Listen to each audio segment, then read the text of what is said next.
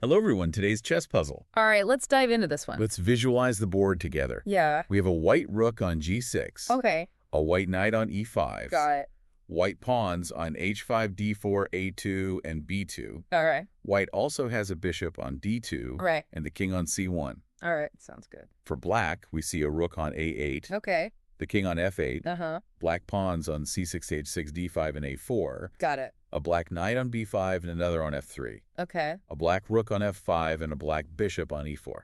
All right. I think I have the picture in my head now. Okay, let's get this going. Let's do it. It is white's turn to make a move.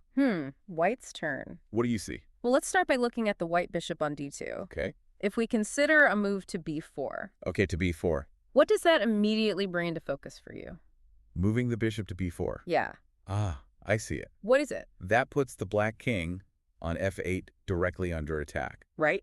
So white's first move could be bishop to b4, Uh-huh. resulting in a check. Yeah. A direct attack on the black king. Now black has to respond to this threat. They do. What's the most likely reaction from black in this situation? Given the position, Yeah. the most direct way for black to deal with this check is to move their king. Okay. If the black king moves from f8 to e8, To e. Okay. what potential avenues does that open up for white? Okay, king to e8 for black. Right. Now my eyes go to the white rook sitting on g6. Interesting. It feels like that piece has some potential here. Okay, I see what you're looking at. If the rook on g6 Yeah. were to move along the g file, Uh-huh. say to g8, Okay, to g8. what impact would that have on black's pieces? That's a sharp observation. Oh, really? Yeah. What do you see?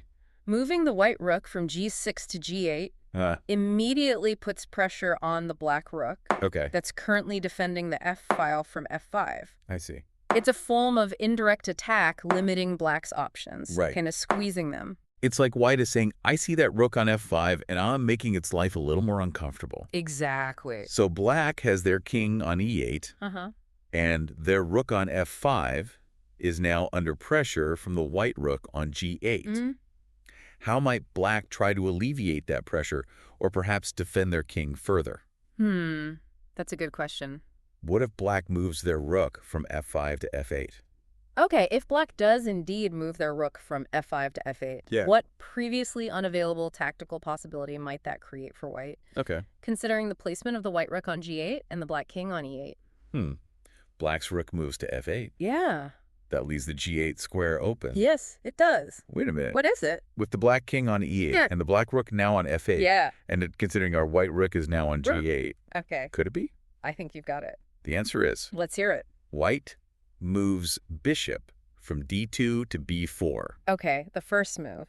checking the black king. Right, putting the king in check. Black responds by moving their king from f8 to e8. The only move they have. Then white moves the rook from g6 to g8, Okay, applying the pressure. putting pressure on the black rook. Yes, Black then moves their rook from f5 to f8. trying to protect the king. And finally, white moves their rook from g8 to f8, And that's it. resulting in checkmate of the black king. There you go. Bishop to b4, king to e8, rook to g8, rook to f8, and then rook to f8 is checkmate. Notice how each move by white forced a response from black, Yeah. ultimately leading to an inescapable attack on the black king. A beautiful sequence of moves. It is. Thank you for listening.